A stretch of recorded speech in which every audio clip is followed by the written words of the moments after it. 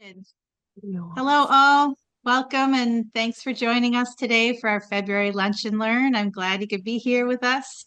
I'm Julie Brown. I'm the Raptor Migration and Programs Director at HMA, Hawk Migration Association. And I'm going to be facilitating things today with Kat Lauer, HMA Engagement and Communications Coordinator.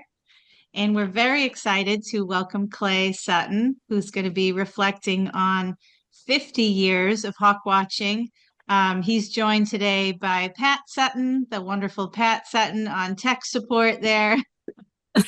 And Clay was our plenary speaker for our 50th anniversary conference in November out in Duluth. And he's going to be talking about all those years of hawk watching, all the people, all the changes. So maybe you heard him in November, maybe you missed it, but we're all very excited to hear it. And for those of you who are new to HMA, we are a nonprofit that provides support to the Raptor Migration Monitoring Network across the Americas. We promote education and conservation of migratory raptors and archive migration count data in hawkcount.org. We are an active partner in the Raptor Population Index, a program that produces conservation assessments and population trend analyses from those migration counts. So just a couple more things before we get started. As usual, we're going to be recording this. We're also live streaming on our Facebook page, and you can view this or any of our other Lunch and Learn programs on our Facebook page afterwards. Or on our website. We have disabled the audio, and I think I will also disable the video just to reduce distraction during the talk. Clay's also going to shut off his video, but he will be back at the end for questions. And even though you're muted, we always love to connect with you. So we encourage you to use the chat window, which Kat will be monitoring. Ask questions for Clay, and Kat will ask them at the end, or just let us know where any interesting raptors you've been seeing lately, or where you're tuning in from.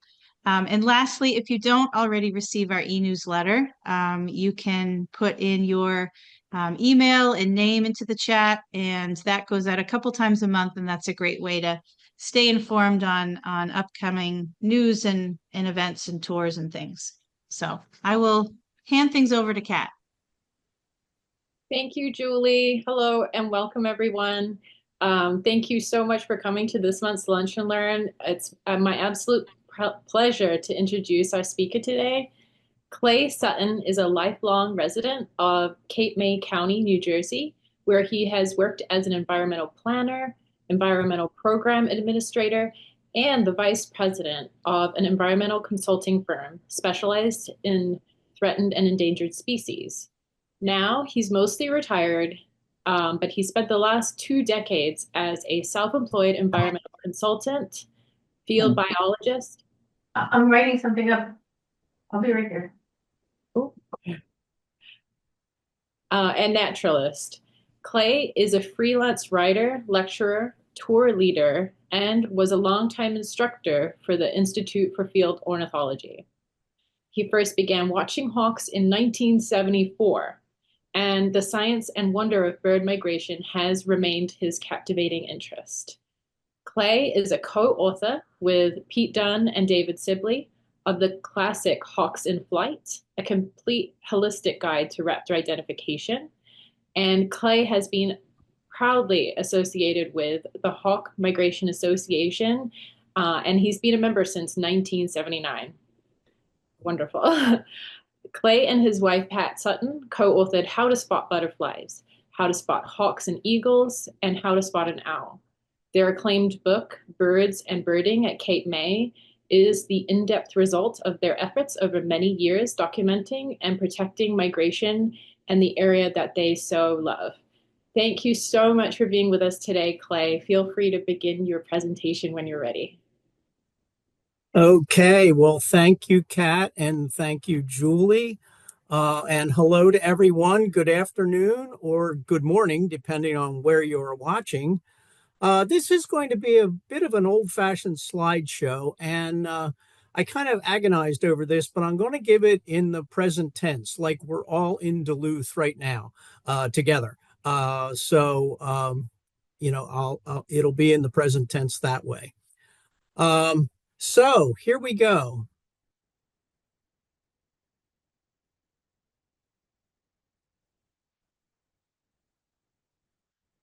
The title of the program is Northwest Winds. We all know that there are shifting winds, but are these winds of change or winds of hope?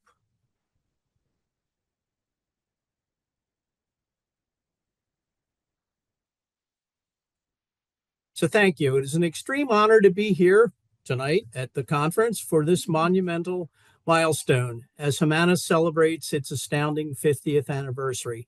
Thank you for inviting me to be a part of this.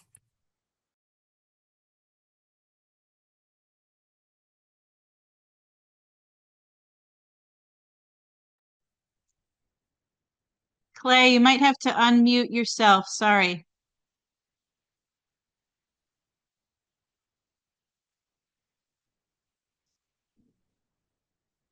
How that happened. Sorry, I was muting everybody else to reduce distractions and you got muted. Continue, I'm sorry. Should we go back?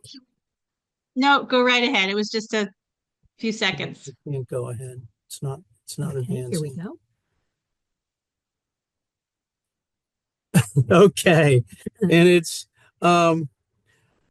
it's wonderful to be here with so many old friends and so many new friends. It's great to see everyone.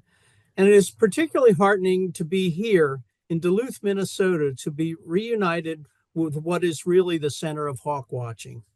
And it's not just the center geographically, but Hawk Ridge is a touchstone of all we do and all we love, with records dating back to the 1950s.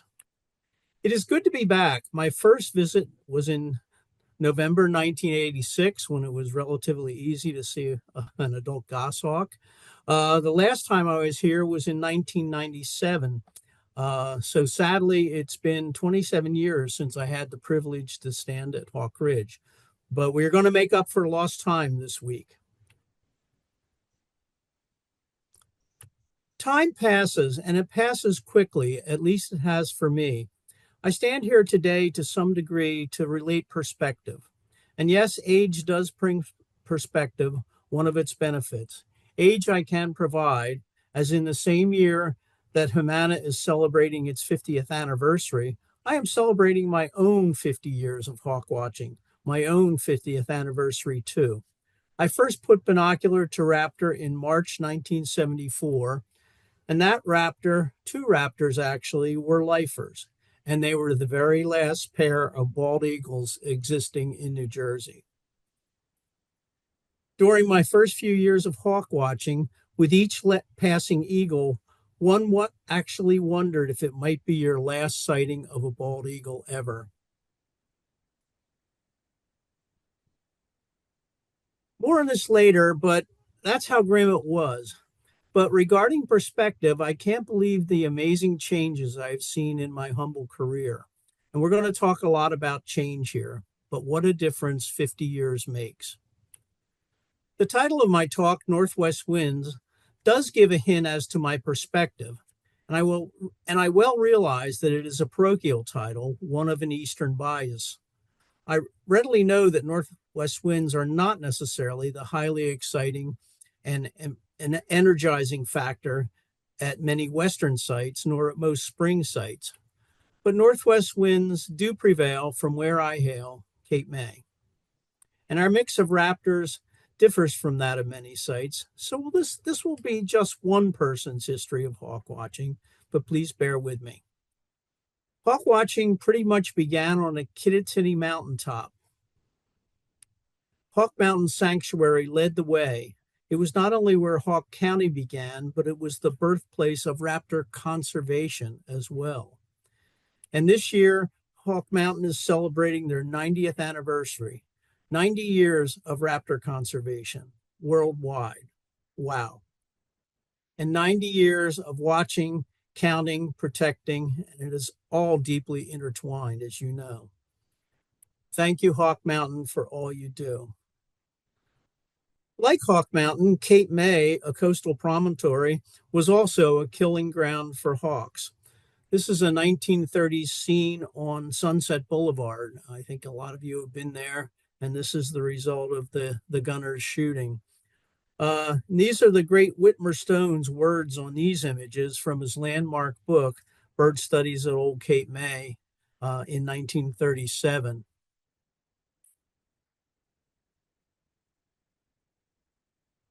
And it was relentless and at all seasons. Here is a muskrat trapper's shack on Delaware Bay with 21 northern harriers and 3 peregrines nailed to that wall. But following Hawk Mountain's 1934 lead and example, protection followed, and finally in 1935, the Cape May guns of autumn were silenced, or at least mostly so. And this was by the Whitmer Stone Wildlife Sanctuary when land was leased and posted to stop the hawk gunners. And that land is still protected today after many false starts as Higbee Beach Wildlife Management Area in the Cape May Point State Park. As at Hawk Mountain, it was a monumental achievement, and it sometimes seems like a miracle. At Cape May, our first hawk watchers were the wardens posted to keep the gunners off and to stop them from shooting the protected hawks. I've had the great fortune to have obtained the 2-volume bound original 1930s reports written and hand-signed by the wardens. I consider these to be priceless, but know that I am in the active process of donating these to the Academy of Natural Sciences in Philadelphia.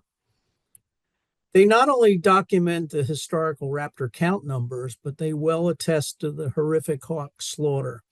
This reads, thousands of dead sharpshins lying around, almost 3,000 dead hawks counted. On the other hand, what a treasure trove of hawk watching lore and history. These reports even have the original weather maps for each day of the counts. And these reports read like a who's who of hawk watching and raptor biology history. Frank Craighead was the warden encounter in 1933. In 1936, the warden encounter was James Tanner, who the very next year would go on to the Singer Tract in Louisiana to carry out his definitive study and eventual monograph on the ivory-billed woodpecker. In 1936, Robert Porter Allen and Roger Torrey Peterson published in the Auk the first definitive analyses of the Cape May hawk flights.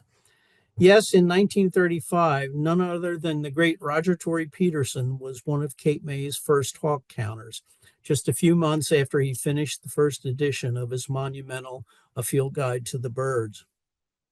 In the 1980s, several times, Pat and I had the extreme privilege and honor of being Roger's local guides. And one evening over dinner, he reminisced about the old days counting hawks and how he remembered breaking bread with the enemy, sitting down to a dinner with a local family to a meal of sharp-shinned hawks. And we couldn't help but ask, how did they taste? And Roger replied, just like chicken. And indeed, unlike the shooting for target practice at Hawk Mountain, at least some of the shooting at Cape May was driven by the ethnic recipes of Old World immigrants. Finally, all hawks and owls received full protection in 1972, just 52 years ago and just 2 years before Humana was founded.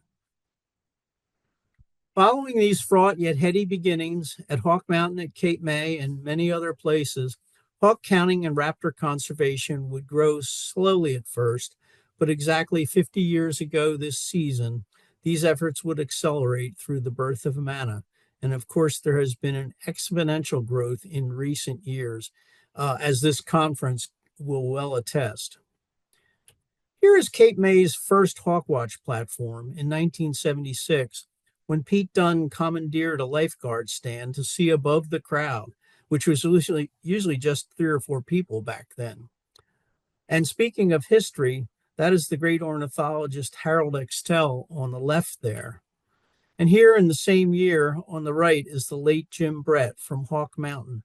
No doubt discussing a difficult accipiter ID with Harold.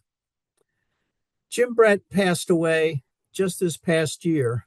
Jim Brett, curator emeritus at Hawk Mountain Sanctuary, and his work and inspiration went so far beyond. A raptor conservation dynamo and legend, a friend to all, and great fun. We will always fondly remember Jim Brett. Here's our second Cape May Hawk Watch, but in part due to Pete Dunn's evocative writing, imploring folks to come and watch hawks, it soon wouldn't hold the crowds. With the growing interest in hawk watching, we soon outgrew this one. Here is today's triple-decker watch platform at Cape May, and on peak weekends, it will again barely hold the multitude. So hawk watching is alive and well. And such history and evolving popularity is mirrored elsewhere in the growing interest, number of sites, amenities, and excitement. And here we all are, back at Hawk Ridge in Duluth, Minnesota, one of the seminal sites where systematic counts began in 1972. And here, back in 1997, with Frank and Kate Nicoletti at the helm. As at all Humana Watch sites, Hawk Ridge offers welcome outreach and priceless education. And as I said, a lot has changed over the years, and wait till you see it today or in the next few days, the amazing Hawk Ridge Bird Observatory. Duluth offers amazing opportunity. To name just a few of the many watch sites that have evolved and flourished, here is Raccoon Ridge on the Kittatinny in northern New Jersey with Dave Sibley, Pete Dunn, and I hoping for a late November goshawk way back in 1987. And of course, Raccoon Ridge is still active today. Coastal sites are special places. Here, South Padre Island in Texas, a premier spot for peregrines in autumn.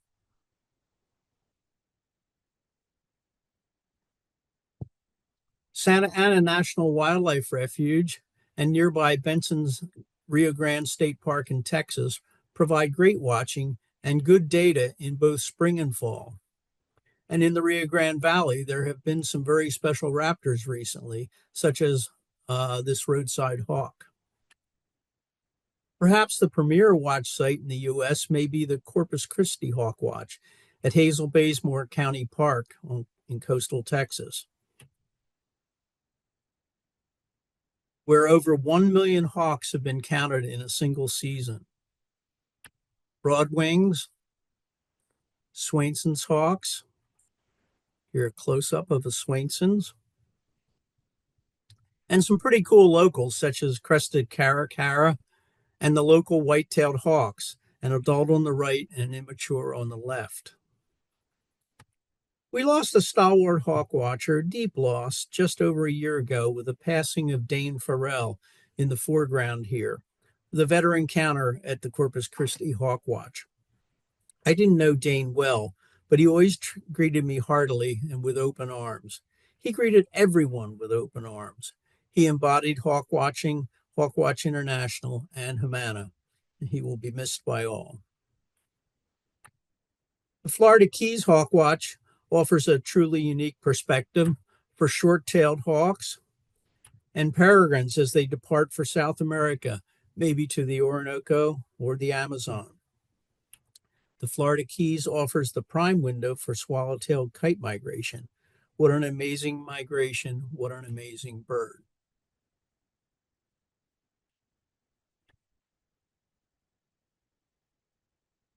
On the opposite side of the continent, and during the opposite season, on a Cottonwood River corridor, there is the Tubac, Arizona Hawk Watch.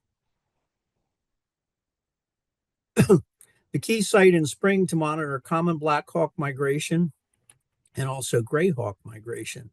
It's a site I have yet to visit, but hopefully next year.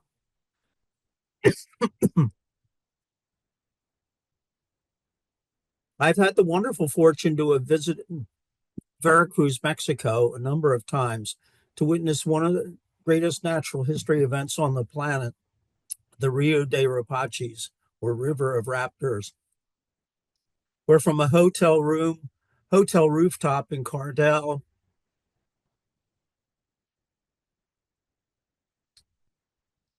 and a soccer field at nearby Chichicosli, excuse me, the conservation group ProNatura counts up to 6 million raptors each fall season.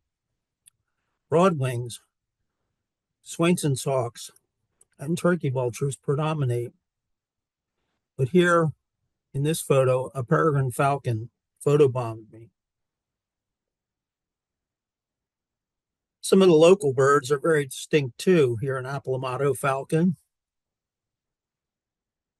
And if you go, the Hawk Mountain Tour may offer an extension to the Catemaco region, the hemisphere's northernmost rainforest, where there are also some beckoning resident raptors, such as collared forest falcon and black hawk eagle.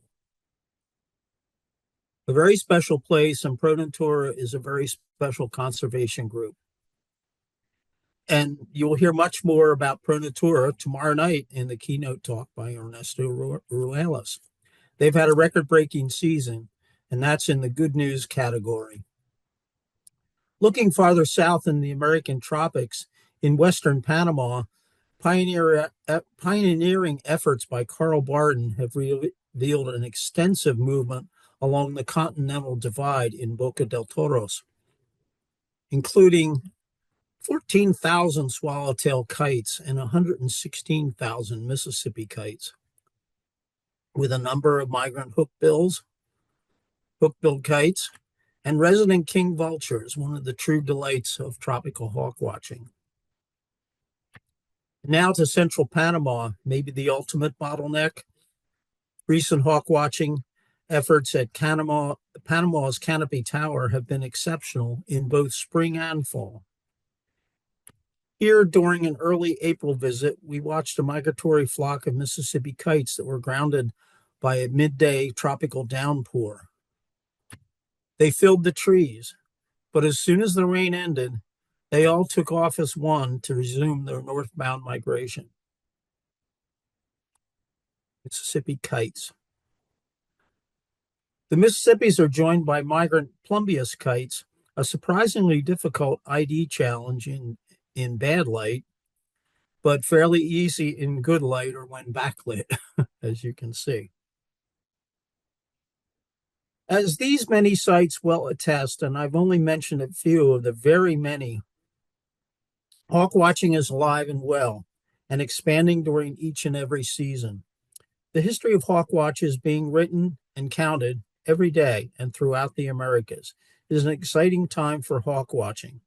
And this, in all, is in a very large part due to you, to Humana's, or now HMA's, interest, commitment, advocacy, and outreach. Build it and they will come, especially when you're greeted with such a welcoming approach. Our 50th anniversary is buffeted by winds of hope. But there are some changes in the winds, too. At times, we are seeing some headwinds. In some cases, and at many sites, the hawk numbers have not kept up with the rise in interest and effort. This has led to a gradual but steady change in our benchmarks and changing expectations at our watch sites. But we're going to start with the positives, the very positives. In the early years of our own history of hawk watching, we were seeing climbing numbers bolstered by recovery from the shooting, recovery from the ravages of DDT. The numbers of bald eagles have soared, and every hawk watch in North America can post numbers like these. Hawk Mountain set a new bald eagle record last autumn. And good grief, here in Duluth, you have had what? A 743 bald eagle day and 1,000 eagle days in spring? This is to be loudly celebrated. For perspective, when I first started hawk watching, It took me 3 fall seasons to see my first migrant bald eagle over Cape May. And it's interesting to think that today, the latest generation of hawk watchers have never known bald eagle as rare. And that's good news. But it's a history we need to remember and never forget, particularly in light of the new challenges, one of the biggest ones being avian flu. But for today and for now, the eagle has landed. The comeback of peregrines is equally astounding. The Florida Keys Hawk Watch has seen 1,500 in a day and 4,500 in a season. In the East, in addition to the ban on DDT, fisheries recovery has aided both bald eagles and osprey. But we need to remain vigilant, as the overfishing of menhaden, their primary food source, is again threatening osprey production in Chesapeake Bay. But for now, we all get to enjoy again abundant and classic hawk watchers views of migrant osprey high overhead. And views of the age-old interactions between osprey and eagles have become more and more common. At Cape May, we see this almost daily. And who in their wildest dreams, and I never imagined this, would expect to go to the Grand Canyon, to maybe Lipan Point or the Yaqui Point Hawk Watch, and enjoy again the sight of California condors flying free, a sight for both hawk watchers and the general public to enjoy. We came so close to losing them. And again, sometimes it seems like an absolute miracle. The Cooper's hawk is another raptor that has made a remarkable recovery. We expect more today than formerly. In the East, old-fashioned presumed ratios are out the window. At Cape May, it was once 13 Sharpies per every coop. Today it is about 2 to 1. And at some watch sites today, on certain days, more coops are counted than Sharpies, another change in our expectations. But conversely, we can no longer expect the booming numbers of sharp-shinned hawk that we saw in the latter part of the 20th century. Spruce budworm control and migration short-stopping have meant that Sharpies are no longer the bread and butter of many eastern and coastal watches. Here is the truly great Jerry Liguori in 1994 at the conclusion of one of our biggest years at Cape May, when Sharpies filled the sky in numbers only dreamed of today, or now unexpected by the newest generation of watchers. Yes, changing expectations at our watches. American kestrel, a former staple. New Jersey has just listed kestrel as an endangered species. At 236 pairs, there are now more bald eagles nesting in New Jersey than American kestrels. And this decline, at least in the East, is easily understood as the loss of farmland, pasture land, dairy farms, hay fields, meadows, habitats such as this, lost to mechanized agriculture, and even more often in much of New Jersey, the conversion of farmland to orchards and ornamental nurseries. Ongoing habitat loss and alteration is a ubiquitous issue across the continent. But it was great to hear the kestrels are doing well here in Duluth and at Sac Sim and elsewhere in the upper Midwest. That's great. Relating to the changing expectations is the issue of changing baselines or benchmarks. At Cape May today, we get excited over a 500 kestrel day. As well we should, don't get me wrong. But with many forgetting that way back in 1965, there were 24,000 kestrels counted in a single day. But that's probably a topic for another time. A main problem, at least in the East, based on my biased perspective, is that many raptors simply don't come south anymore. As most of you know, red-tailed hawk numbers have been steadily declining at most eastern watch sites. Excuse me. The lack of snow cover due to warming temperatures means that many red-tails are staying farther north, with little need to migrate south. We've seen the phenology of migration change as well, with fall migration beginning later and lasting through December at Cape May, at Hawk Mountain, and elsewhere.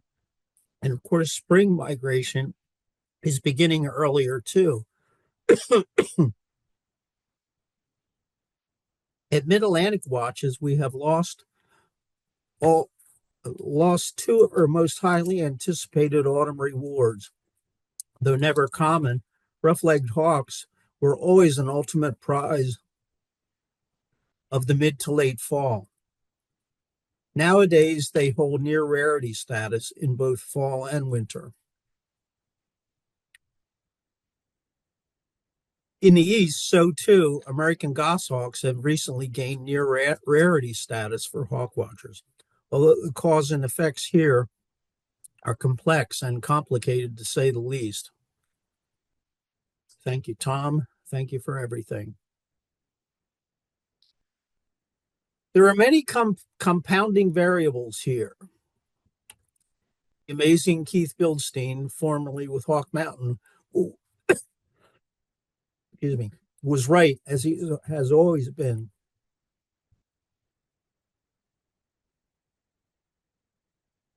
One final aspect of changing expectations, somewhat related to the changing phenology of our hawk flights, is that migration routes themselves are changing, and these are linked to changes in the weather. At Cape May, gone are the sizable broad-winged hawk flights that we used to get at least every few years. They have disappeared along with the strong early season cold fronts that once created these flights. Recently, Dave Brandis, in a recent Lunch and Learn, has provided us with some great insight and evidence of how changing weather patterns are adversely impacting our hawk counts. I'll end any and all talk of climate change here, as we want to keep this gathering positive and celebratory. But changing expectations are a pervasive aspect of hawk watching today. Given the declines we have just outlined, coupled with the welcomed increase in other species, what we expect to see has changed. We are seeing shifting winds.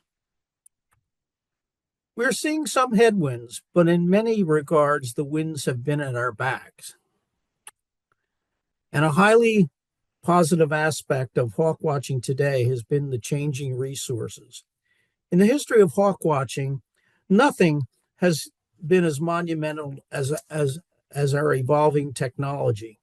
As a dinosaur standing up here, or maybe even a Luddite, I can say that there are far better people to expound about the modern day resources for birding and hawk watching. So I won't elaborate here, as you will hear much more about emergent methods and the great advances in technology in the days ahead at this conference. For many years, much of raptor research has involved trapping and banding, and it still does, as you can see with this golden eagle here. Here is a banded peregrine, but of course, for banding to have value, you need to either retrap the bird or more likely find it dead. Color banding, as with this ferruginous hawk, allowed spotters to re-sight the living bird. And now wing tags are a staple, at least with California condor monitoring. These tags are often visible to watchers and counters and have greatly added to raptor research. Radio tracking has been used for decades now, originally ground-based, but soon aircraft were deployed to follow raptors. An early issue with radio tracking was weight, of course, as the antennas were too bulky for birds to carry. But today we have satellite tracking, and this has revolutionized raptor biology. Here's a California condor sporting its bling, including a satellite tracking antenna. But of course, as most of you know, now we have gone even well beyond that with cellular tracking technology. And our Cape May-based company, Cellular Tracking Technology, has been a leader here. With GMS and GPS technology, and note the backpack on this snowy owl, this owl simply calls home whenever it is in range of a cell tower and offloads the data, the GPS locations of its wandering. To me, truly amazing. And for one great example of how this changes everything, look at Nick Aliotto and Bryce Robinson's work with the Red-tailed Hawk Project regarding migratory routes, site fidelity, and how red-tail subspecies sort out. All of this would not be possible without cellular tracking technology. Know that this technology augments what we do. It does not replace it. Tracking may tell you where an individual bird has been, but it can't tell you how many. You need to know how many to learn of status and trends. And that's why counting will never be obsolete. Yes, in many cases, hawk numbers are diminishing, and nobody likes negative data, but long-term monitoring has immense value. You, the hawk counters, can never be replaced. Our jobs are secure. So there, this dinosaur has spoken. But on a highly disturbing note, given the emergent situation with avian flu, know that our work remains critical and perhaps never more important than now. Avian flu has hit peregrines hard, and closer to home here, bald eagles in Michigan and Minnesota, and even now in New Jersey. We must remain vigilant and keep up our monitoring. There are so many resources available today that we did not have during the early years of Humana. We have books, field guides, dedicated magazines, journals. We now enjoy a long legacy of raptor migration literature, with some of the first and best classics coming from Hawk Mountain Sanctuary.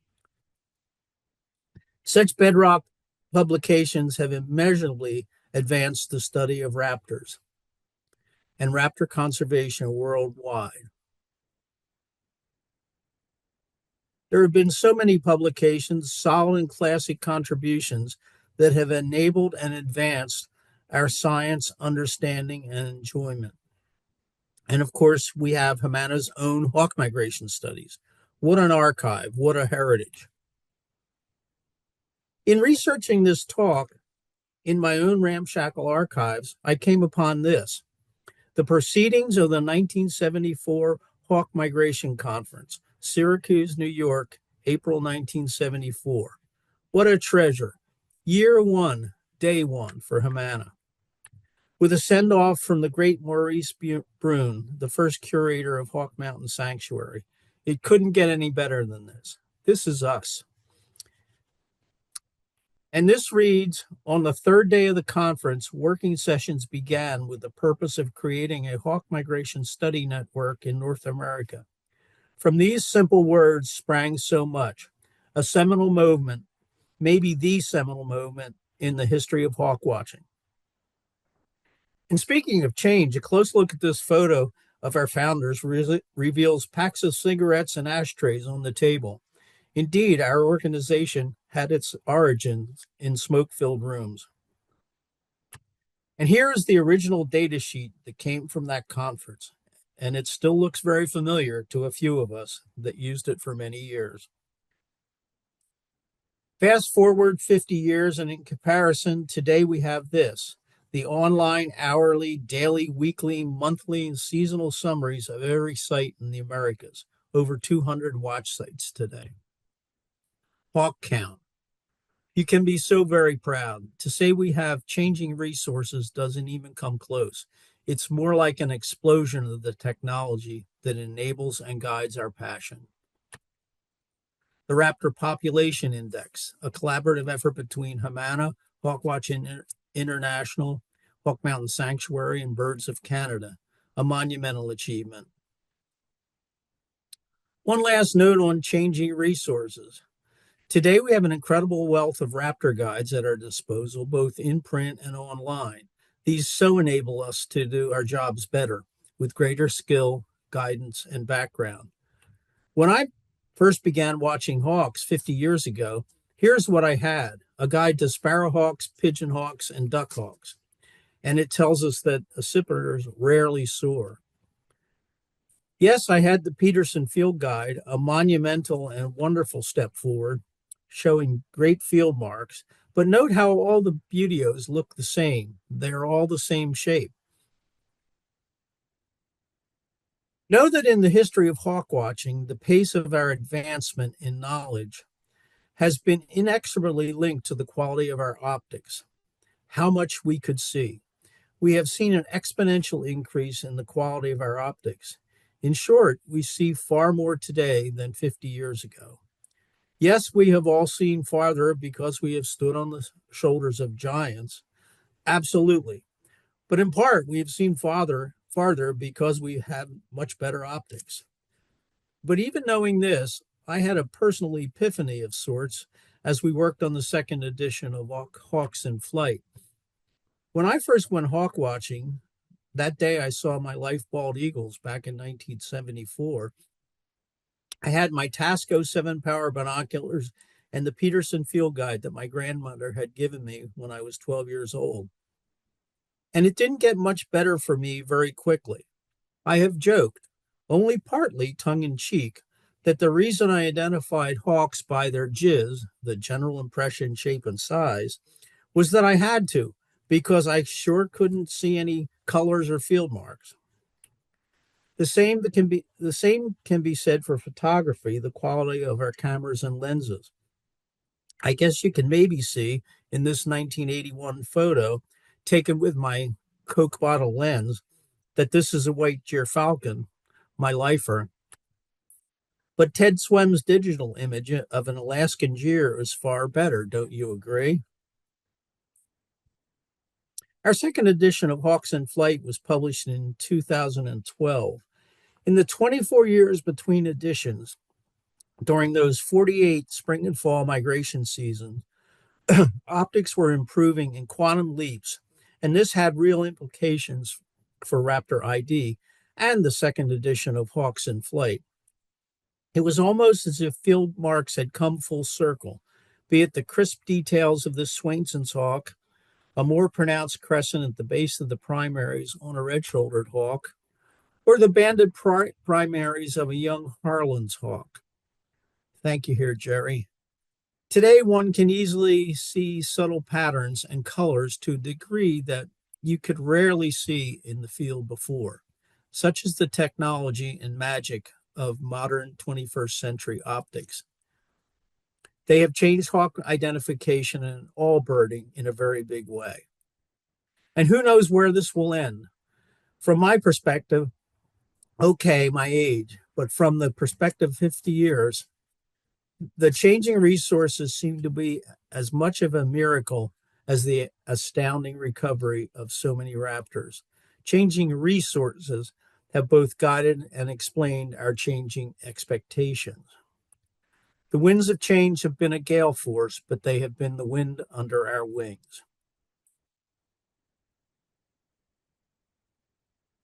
What hasn't changed? As the old cliche goes, the more things change and the more they stay the same. But this aptly applies to hawk watching. Every season, legions of hawk watchers still climb to their favorite posts, mountain outcrops, lake shores, urban overlooks, canyon edges, and lighthouses at Land's End to tally and celebrate the passage of birds of prey. This has been going on for nearly a century now. Here are two hardy watchers, Ernie Choate on the left and Conrad Roland on the right, at Hawk Mountain in the 1930s. And here is a pantheon of stalwart hawk watchers on the Kittatinny in the early 1970s.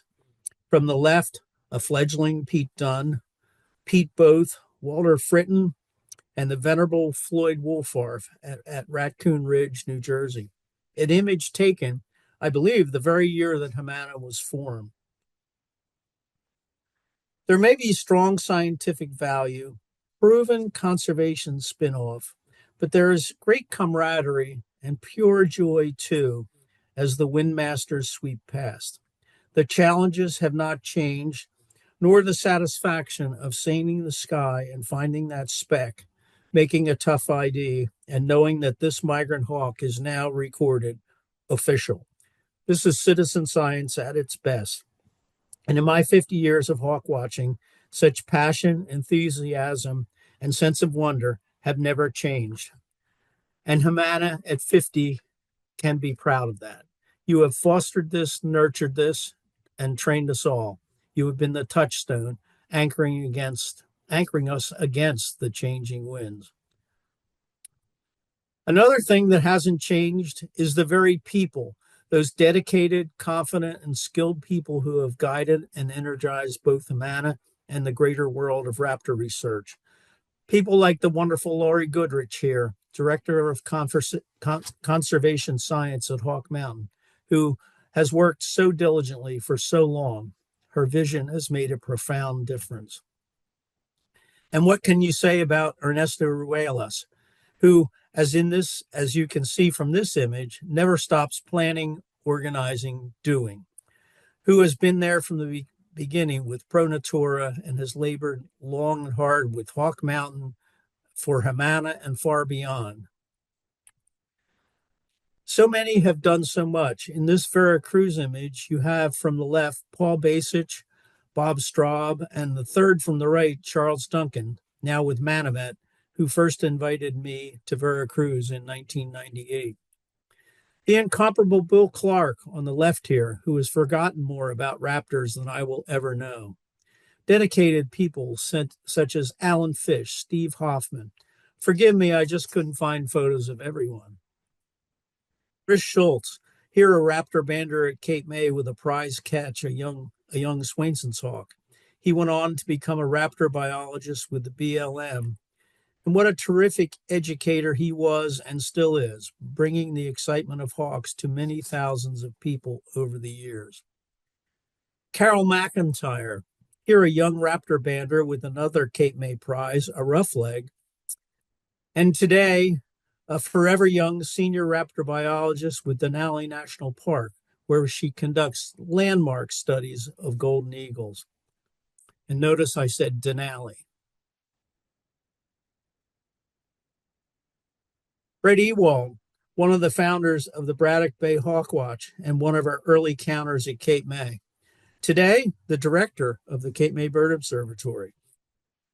Katie Duffy, the marathon owlbander who migrated to Cape May for nearly 5 decades. What commitment, what a contribution. And with Katie here is Jorge Montejo. Jorge was Cape May's hawk counter in 1992. He hailed from Veracruz, Mexico, and I will never forget our conversation one late November day as he was about to wrap up his Cape May internship, the end of the season, and head back to Mexico. He said, "You know, senor, we have a lot of hawks migrating over Veracruz. I am going home and I'm going to count them." And so he did, and helped discover the largest raptor movement on our planet. Jorge Montejo with his wife Amy on the hotel roof in Veracruz. Thank you, Jorge. Another friend from Mexico, Julio Gallardo, in the center, artist, raptor researcher, educator, and just all-around wonderful person.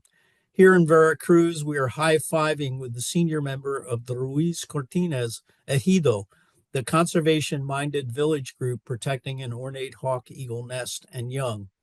An excellent conservation initiative by Julio and Pro Natura. And here is the ornate hawk eagle we were celebrating. A curious young bird. There have been so many fine people over so many years, friends for life. Some migrate away and some make a return migration. Closer to home, his home right here in Duluth, Frank Nicoletti has been a special friend.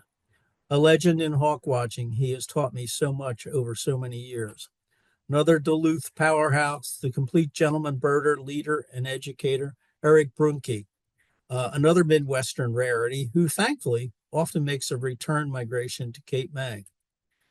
And last, and far from least, Humana's own Julie Brown, second from the right, here a Cape May raptor education intern in 2003. And today, the powerhouse that drives everything Humana, including this 50th anniversary conference. Thank you, Julie. And we can't forget our past and current interns and educators. They bring so much passion and enthusiasm and hope. At this point, I find that the raptor people I have met along the way over these many years are as memorable and inspiring as the birds themselves. I couldn't possibly name everyone in this program, but each and all should know how you have helped shape our collective raptor hopes and dreams. Thank you. 50 years. There has been a lot of wind over the watch sites in all these years. We have all seen so much. Some days have been perfect, just the right mix of hawks and people. On a few days, there have been almost too many people. And on some days, not enough. You have endured wind, cold, sun, heat, and sometimes some very long, lonely days on the hawk watch. Some days the hawks have been difficult, but we have learned that if you do your homework, study your guides, so you don't make any really bad ID mistakes, and even pray for hawks, some days will turn out just perfect with great weather, great people, and the hawks we so love. Okay, I want to start to wrap this up because there's a whole lot ahead in the conference, but I'd like to end this talk on a bit of a personal note with a thank you to all those in Humana today and those who have gone before. I know it's not about me, it's about Humana, but I want you all to know how much the organization and the people have meant to me over the years. As I celebrate my own 50th anniversary of watching hawks, I finally remember so many great adventures, many inspired and guided by what I would learn through Humana. In 1973, having just finished graduate school, my first professional job was a wondrous one, working as a research assistant for one of my professors studying nectar-feeding bats in Chiapas, Mexico. Despite the parrots and toucans, my spark bird in Chiapas was a white-tailed kite, and long story here. And I digress. But anyway, backstory here, after 3 months in Chiapas, I returned home to Cape May, a born-again raptor nut. And I realized that at Cape May, I lived in an epicenter for birding, and specifically for raptor migration. 1 year later, Humana would be founded, and I would soon have something to connect to learn from, to share and share alike. Humana would be a bellwether, taking the lead, the initiative. It was the forum, the classroom, that place where everybody knows your name and where everybody knew the hawk's name. Names such as the gray ghost, the adult male harrier. In 1976, I would meet Pete Dunn and soon after Dave Sibley. We would hatch an idea and travel far and wide in hopes of realizing it. While we were working on the book, I had the remarkable experience to travel cross country with Frank Nicoletti. That's Frank next to my truck here, and somewhere in the Great Plains, in winter 1985-86. We took the roads less traveled, and what a grand adventure. We experienced our life version as hawks together. What treasured memories. But know that the validation by Humana, the very thought that somebody, some group cared about our passion was never far from my mind. It was more than just inspiration. It was the framework on which I built, the very fabric. And it led to a lifelong raptor quest, a need to see some of the great birds of prey of the world. took me to places like Falsterbo, Sweden.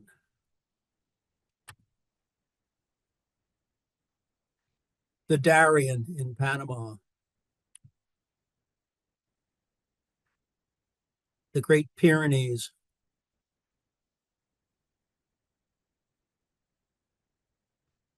And maybe the ultimate location for a raptor fan, Hokkaido, Japan.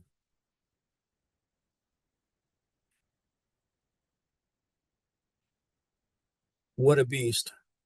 The world's largest eagle. But if I have wandered here geographically and figuratively, the point is you have made it all possible. Humana and all the Humana folks I have mentioned, and of course the many that I have not, have all collectively inspired this love of raptors, this need to see them, a challenge that has been a burning flame for many years, for 50 years now. The information, the reports, the journal, the website all stirred the pot and made me acutely aware of the big and wonderful world of hawks. You led me, and of course many, many others, to the magic of raptors, and I thank you. High-flying raptors that just had to be seen and counted and protected. Mana is indeed the northwest wind that has gusted through it all.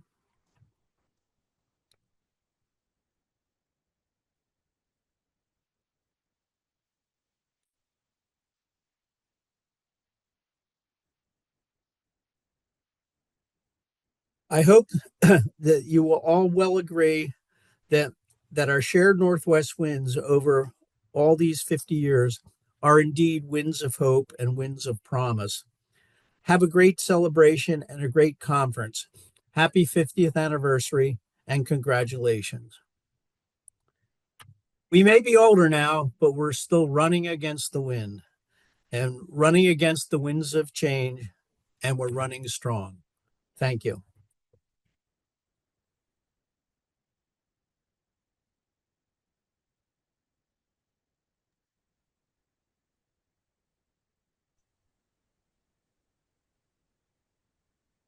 Before we go to questions, just 2 more minutes.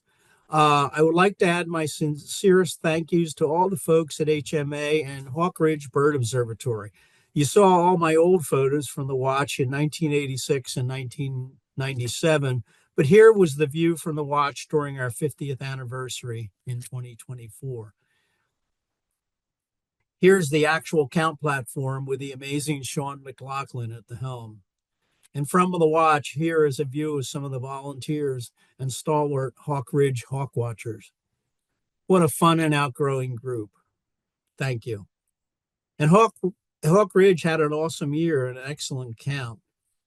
But I particularly want to thank Janelle Long on the left here and Frank Nicoletti next to me and my wife Pat, and all the staff and volunteers at Hawk Ridge for their wonderful hospitality. What amazing hosts. What excellent coordination. The tall guy is Ernesto Ruelas, who has done so much with HMA and Hawk Mountain over so many years. It was fantastic to connect to Ernesto again. And finally, a huge thank you again to the amazing Lori Goodrich from Hawk Mountain, an absolute pillar of HMA for so long. And a big shout out to Julie Brown for all she did and all she does every day with HMA. I don't have a photo of Julie here simply because she was so busy keeping the conference running like a well-oiled machine. We couldn't catch up to her. Thank you, Julie. You are amazing. And thank you, Kat, and my wife, Pat, here, who's my techie and got me through this. I'll leave you with just 2 of my most memorable moments from Duluth. Thanks to Frank Nicoletti for our day in the North Country after the conference, here a spruce grouse north of Saxon Bog. And I waited 50 long years for a true portrait of an adult golden, but it was worth the wait. So thank you to all who are here today. And now we can go to questions. Thank you so much, Clay. What a wonderful reflection on hawk watching that was. There's a Thank few you. comments in the chat right now. If anybody wants to ask Clay a question, it's not too late. Feel free. Um, Al McGee wanted to post a link to Rosalie Edge, the founder of Hawk Mountain. It's an article about her purchasing of Hawk Mountain and beginning that sanctuary. And then Dave Babington said he has a Hawks in Flight signed by all three authors shortly after the book was published. He says that getting Sibley's signature was a challenge. He had a broken arm in Cape May Meadows. While we're waiting, I have one question for you, Clay. I just want to know, do you have a favorite memory or day from all of your years hawk watching that stands out to you? Oh gosh, that's actually a tough one. There's been so many experiences over so many years, but where I ended there with hawk watching on the northernmost island in Japan, Hokkaido. And it wasn't a hawk watch; it was a winter experience. But after wanting to do this all my life and traveling so far, it's like a 13-hour flight, and finally getting to Hokkaido, we got out of the van, and the first bird I put my binoculars on in Japan was an adult stellar sea eagle. So that was a very special moment. But there's been so many. Thank you. Of course, it's wonderful. Ernie Lewis would like to know, does Clay have a favorite raptor? Maybe another tough question. I could say it's the one I'm looking at right now, but um, I think Northern Harrier. If there's one um, raptor that's representative of our coastal marshes where I've lived all my life here on the the mouth of the Delaware estuary, with the vast marshes, I just think harriers always surprise you, and they're just great birds. So I think it's the Northern Harrier. Yep. Beautiful. Um, I think that's all the questions that we have right now. I'm going to hand it back over to Julie. Okay. Thank you so much, Clay. Thinking about Northern Harriers makes me miss my time in Cape May because I saw so many there. And I remember one time standing on the platform and I was the only one there, and it was really misty and the rain was coming down, and there was this Northern Harrier coming in and out of the fog, and it was just mystical. And all of a sudden Pete Dunn was behind me, and I just heard him whisper, if God made anything finer, he kept it for himself. And then he just disappeared like into the mist. It was just so funny. Wow. But yeah, they're a fantastic bird. I was wondering where your swallowtail kite photo was from. The one you had a whole bunch and some were perched in the trees. Was that from Central America or? No, that was one of the roost sites in Florida, Central Florida. Oh, okay. So right before they leave to go through the Florida Keys, had a wonderful personal tour there a few years back. And so, yeah, that was Central Florida. It's a beautiful photo. Well, we really appreciate you taking the time to share this with us today. It's so much fun. There's such a rich history of hawk watching in the Americas, and it's just fun to reflect on your stories and all the changes we've seen and all the remarkable people that have been instrumental in creating the whole raptor monitoring network. So you also highlighted a lot of great watch sites. So I'm guessing that you've inspired some people here to visit some new sites. I hope people can. And we were blown away. A wonderful Well, talk in Duluth and a thank wonderful you. talk today.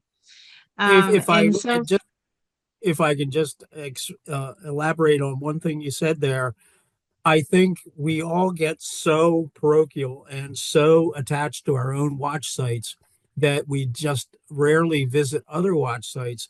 And whenever I Yeah. do, it is mind blowing. I mean, because every site is different and you learn things everywhere. And so if there's one thing we have to do, it's visit other sites more often. I agree. I agree. It's my favorite part of my job at HMA is visiting sites and seeing how they're all run so differently and different groups and but the passion is the same at all of them. So that's exciting. Well, looking ahead to next month to March, we are still finalizing our lunch and learn plan, so we don't have an announcement yet for our presenter, but we will be doing that soon on social media, on our e-newsletter, and on our website soon. So stay tuned for that. If you missed last month's speaker, Ed Deal, speaking about Cooper's Hawks, that is up on our website, so we are up to date with our recordings. And this one will be available shortly as well on our website. And as I mentioned last month and in e-newsletters, we have changed our name to the Hawk Migration Association. Our new web address, if you are not familiar with it yet, is hawkmigration.org. However, the humana.org still works. And if you're not an HMA member, we encourage you to join our kettle and support the work that we do for raptors and the hawk watching community. So thank you again to Clay and to Pat for your tech support, and to all of you for joining today. And we hope to see everybody again next month. Have a great day.